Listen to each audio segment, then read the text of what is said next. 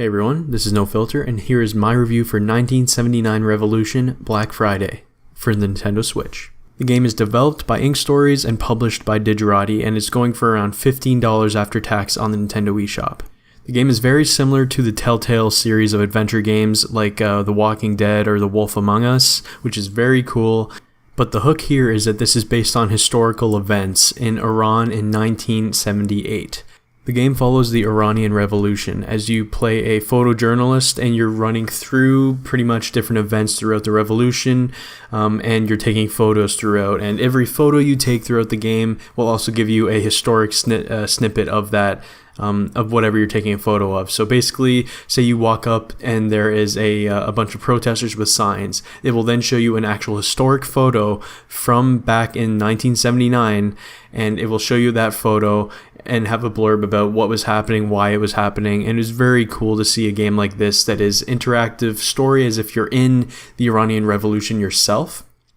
But it is also teaching you about the historical events and what was happening to it and why it was happening, which is most important because a lot of what the game deals with is the ambiguity of who is right and who is wrong here. Why would they be doing this? They kind of put you on the side that seems like it'd be bad, at least for a lot of the Western market that would be watching this, because, for example, the States were a heavy influencer on the enemies in this game. So a lot of what you're supporting is against what the United States were supporting at the time, which is, for a lot of the Westerners that will be playing this game could be very interesting and very different. So that's something I really appreciate. The storytelling in this game, going through as a part of this protest, a part of this revolution, as a key proponent to that, is very interesting to see how and why these people are acting this way, and it really kind of throws up some questions for you about what side would you be on here,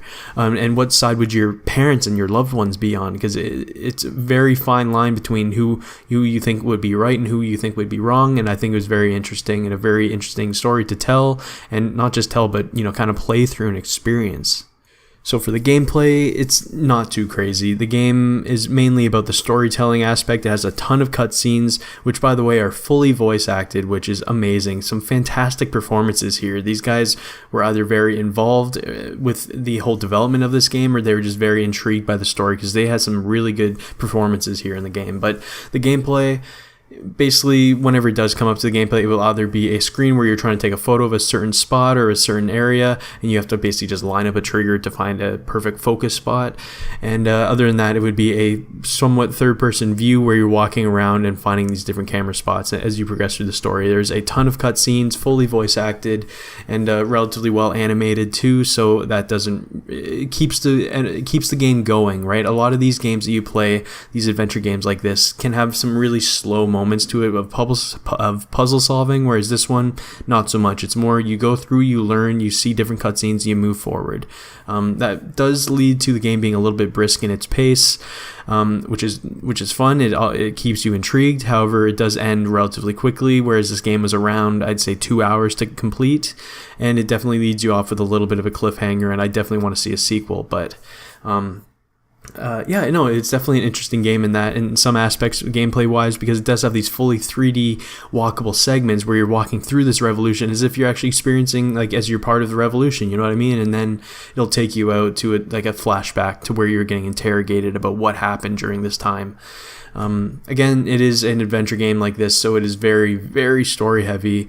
You have a lot of choices that you can make that would determine what course of action can go. You can die because of the choices you make if you don't make the correct ones, and it leads you to really think about what you're doing, and it doesn't give you much time. You have to be on your toes for when it asks you a question and you have to respond. There's some quick time events that you have to avoid, like cars coming at you or gunshots and stuff like that. So there's quite a lot thrown into this game, and while it might need a little bit more polishing, I feel like the actual design and development starting up with this game had a lot of thought put into it, and especially based on story and how the gameplay elements kind of interact with that. So I think the game is very interesting, and for a historical piece where it taught me a lot about the Iranian Revolution in 1978 and 79, I feel like this is something that if you're interested in something like this, or if you're at all interested in the Iranian Revolution, or if you're from Iran, I feel like this is a game that is an absolute must-buy for you.